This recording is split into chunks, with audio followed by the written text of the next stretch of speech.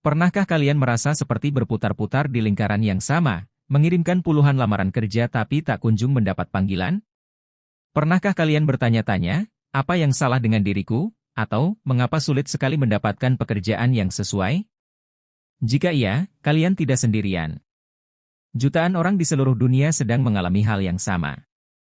Bayangkan kalian adalah seorang lulusan baru dengan segudung prestasi. Kalian memiliki IPK yang tinggi, pengalaman organisasi yang banyak, dan semangat yang membara.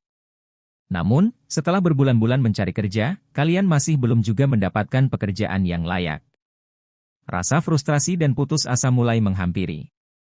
Apakah ini akhir dari perjalanan kalian? Tentu saja tidak. 1. Memahami krisis pengangguran. Definisi, pengangguran itu seperti terjebak di persimpangan tanpa tahu arah.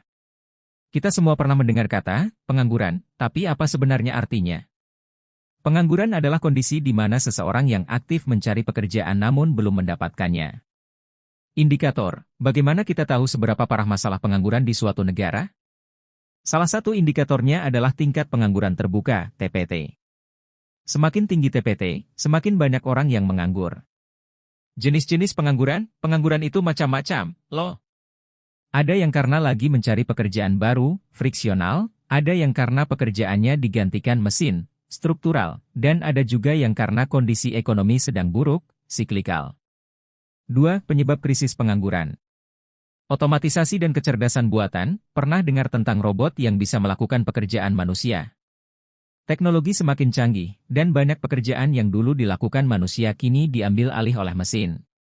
Perubahan struktur industri, dulu, banyak orang bekerja di pabrik. Tapi sekarang, banyak pabrik yang menggunakan mesin.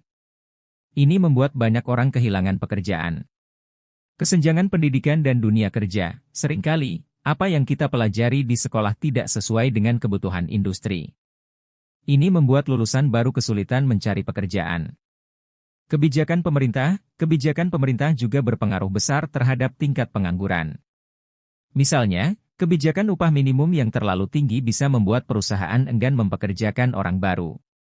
Pandemi COVID-19, pandemi telah memberikan pukulan telak bagi perekonomian global.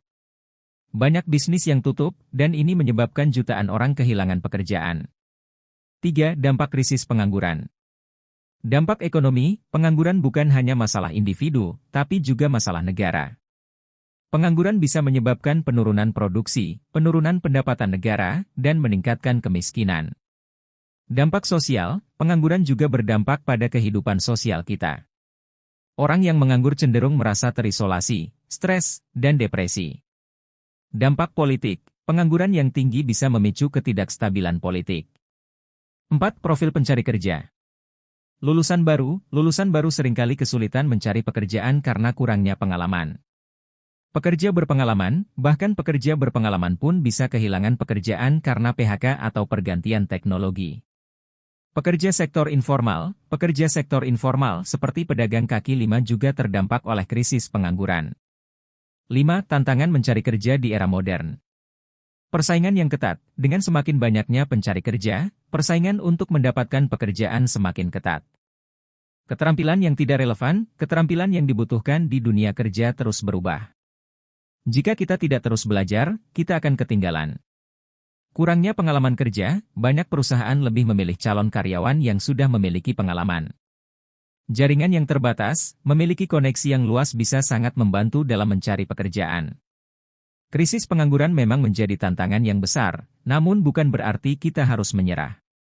Dengan memiliki mindset yang positif, terus belajar dan mengembangkan diri, serta memanfaatkan peluang yang ada, kita pasti bisa mengatasi kesulitan ini.